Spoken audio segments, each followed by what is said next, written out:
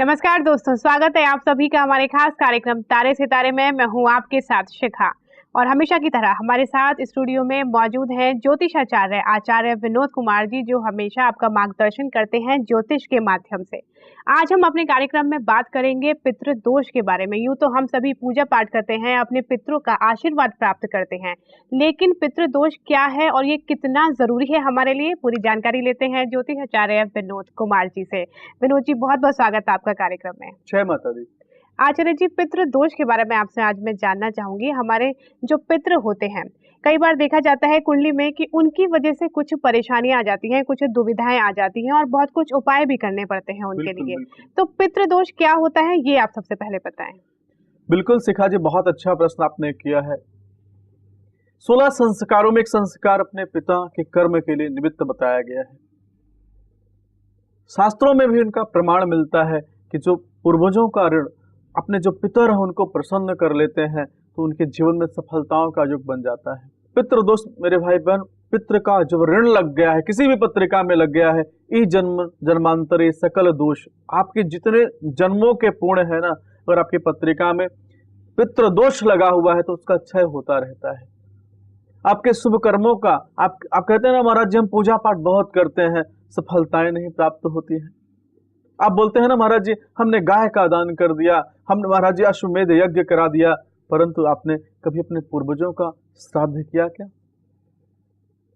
अपने पूर्वजों के नाम से कोई तर्पण किया, कोई यज्ञ किया आपने? देखिए मेरे भाई बहन, जो आपके हृदय के अंदर एक संशय है, उस संशय को दूर करने का प्रयत्न करता हूं। आपके पितृ होते क्या है, पितृ दोष आपकी पत्रिका में क्या है और पितृ दोष कितने प्रकार का होता है, पितृ दोष से किस प्रकार की गति प्रदान होती है, किस प्रकार की समस्याओं का योग होता है, आज हम आपको बताएंगे कि पितृ दोष अगर मनुष्य के दोष पत्रिका में लगा हुआ है तो उसको बहुत आवश्यक है कि पितृ दोष की शांति कराए। पितृ ऋण जो अगर आपकी पत्रिका में लगा हुआ है, उस ऋण की समाप्ति अगर आप नहीं कराते हैं तो आपके जीवन में असफलताओं का योग बन जाता है।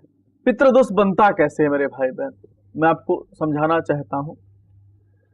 जब हम कहते हैं संसार में इस शरीर को त्याग देते हैं, त्यागने में जो शरीर है ना, ये तो मिट्टी में मिल जाती है। 1 मिनट के अंदर क्या होता है उसमें बताया है, गोस्वामी जी ने भी बता दिया, भगवान कृष्ण ने स्वयं बता दिया कि अगर आप जब मर जाते हैं तो आपके मरने के तुरंत बाद आपके सगे संबंधियों से क्यों मुखाग्नि दिलाई जाती है, ताकि उस आत्मा को मोह ना रहे आपसे।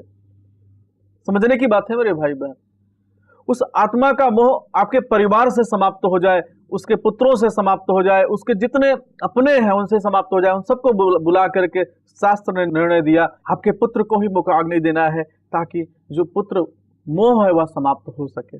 अब आपको बताना चाहता हूं मेरे भाई बहन, जब इस शरीर के बाद नए शरीर का जो संबंध होता है, कितने सेकंड का होता है, कुछ सेकंड का होता है। जब एक शरीर से दूसरे शरीर में आप प्रवेश करते हैं तो 1 सेकंड का भी होता है और कई युगों तक आपको कोई दूसरी शरीर प्राप्त नहीं होती।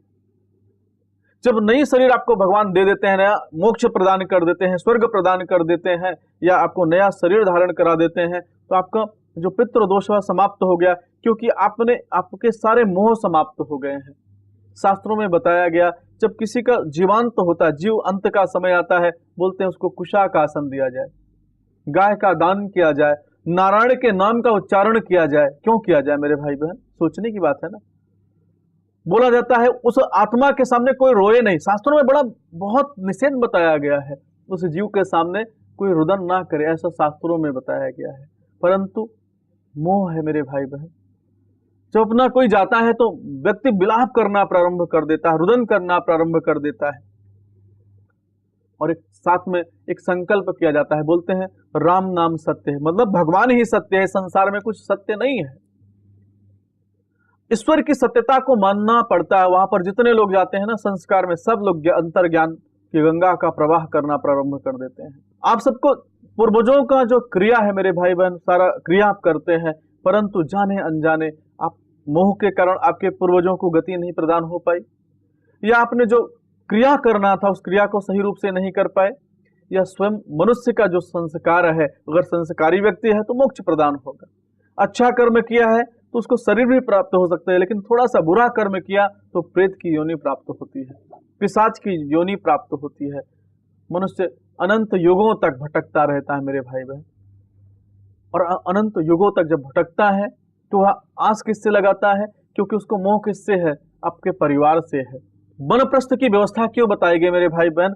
कि जब चौथा युग जैसे प्रारंभ हो वैसे मनुष्य को अपने कर्मों को धीरे धीरे समेट लेना चाहिए और भगवान में अंतर ध्यान लगा करके अगर मनुष्य कर्म करता है तो उसका जो मोह होता है समाप्त होता है, क्योंकि प्रेत की योनि ना प्राप्त हो, ऐसा शास्त्रों में कहा गया है। आप लोग समझ गए होंगे कि पितृ दोष है क्या। अगर किसी का मोह रह गया है मेरे भाई बहन तो उसको मोक्ष प्रदान नहीं होता। जब मोक्ष प्रदान नहीं होता है तो पितृ दोष लग जाता है। तो आपके जो पूर्वज है आपसे बोलते हैं कि आप उनके नाम से जल दें, रोटी दें, ब्राह्मण को भोजन कराएं, गौ माता की सेवा करें, कि उनके माध्यम से, वायु महाराज जी के माध्यम से वह जो भी आप पूजन तर्पण यज्ञ करते हैं, सूर्य महाराज जी के माध्यम से सूर्य को जो आहुति देते हैं, जो जल चढ़ाते हैं, उस जल के माध्यम से आपके पूर्वजों को वह जल प्राप्त होता है।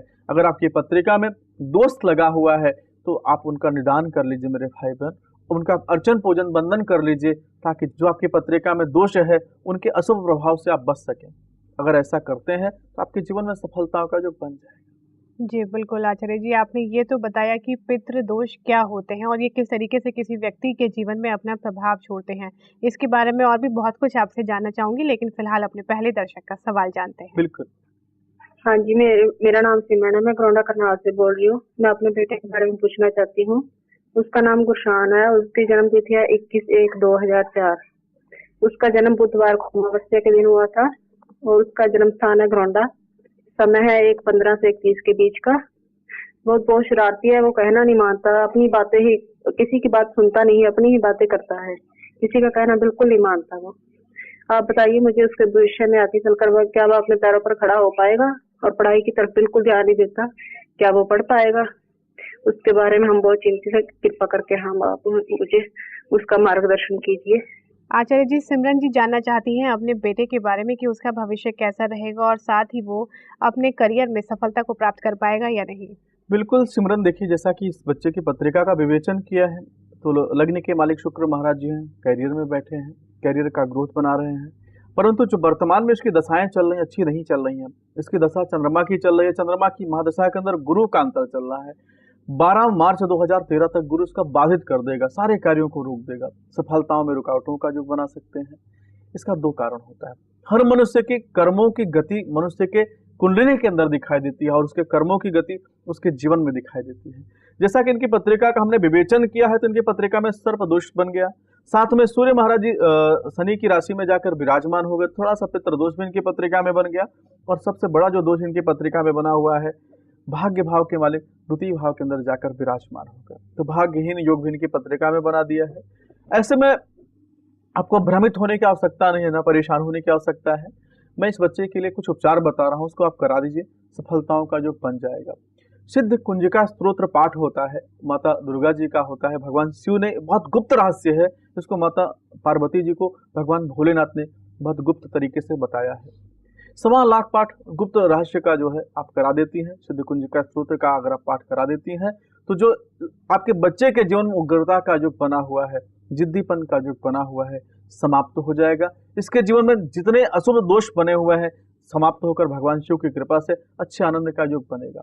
दूसरा कार्य आपको जरूर करना है, शुक्रवार के दिन इस बच्चे के माध्यम से खीर का दान कराना प्रारंभ कर दीजिए। अगर कन्याओं को खीर खिला सकता है तो बहुत अच्छा है, नहीं खिला सकता है तो गौ माता को खीर खिलाना प्रारंभ कर दें।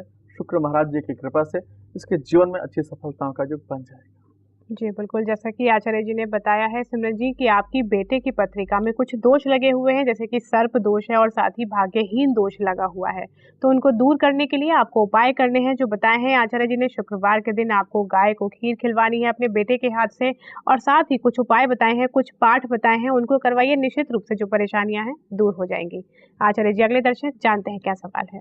जय प्रकाश नारायण नाम है, जन्म तिथि 3 अक्टूबर 1950 है, दिन मंगलवार, दिन में 9:34 पर, जिला मिर्जापुर, उत्तर प्रदेश में। मेरा प्रश्न यह है कि इसमें मेरा स्वास्थ्य खराब रहता है और शुगर का भी पेशेंट हूँ, स्वास्थ्य कैसे ठीक रहेगा तो बताने की कृपा करें। आचार्य जी, जय नारायण जी हैं जो कि जानना चाहते हैं अपने स्वास्थ्य के बारे में। इनकी सेहत काफी खराब रहती है, शुगर के भी पेशेंट हैं, क्या उपाय कर सकते हैं? बिल्कुल जय नारायण जी, आपकी जैसा कि हमने पत्रिका का विवेचन किया है, बहुत अच्छी पत्रिका है। संपूर्ण रूप से आपकी पत्रिका में सूर्य और शनि का चांडाल दोष बना हुआ है, सूर्य ग्रहण आपकी पत्रिका में बना हुआ है।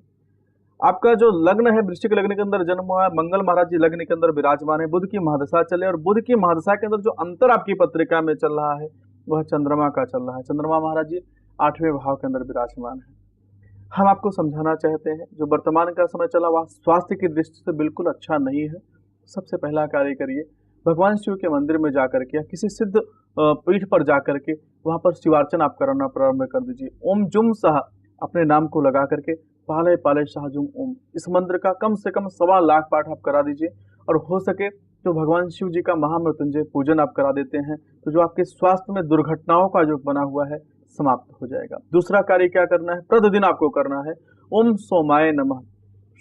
प्रथम जो ज्योतिर्लिंग है ओम सोमाय नमः, सौराष्ट्रीय सोमनाथम च, इस मंत्र का जाप करना है ओम सोमाय नमः। इस मंत्र का जप करना प्रारंभ कर दीजिए। रुद्राक्ष की माला, पंचमुखी रुद्राक्ष की माला अपने गले के अंदर धारण कर लीजिए। इस प्रयोग को करके देखिएगा, अच्छे स्वास्थ्य का जो बन जाएगा। जय नारायण जी, जैसा कि आचार्य जी ने बताया है आपकी पत्रिका में कुछ दोष लगे हुए हैं जिनकी वजह से आपकी सेहत लगातार खराब चल रही है। आपको उपाय बताए हैं, उन उपायों को करिए, साथ ही जो मंत्र बताए हैं लगातार उनका जाप करिए, निश्चित रूप से आपकी सेहत में सुधार आएगा। इसी के साथ वक्त हो गया है हमारे कार्यक्रम में एक छोटे से ब्रेक का। ब्रेक के बाद भी आपके सवालों के जवाब देंगे आचार्य विनोद कुमार जी। आप देखते रहिए तारे सितारे, जल्द हाजिर होते हैं।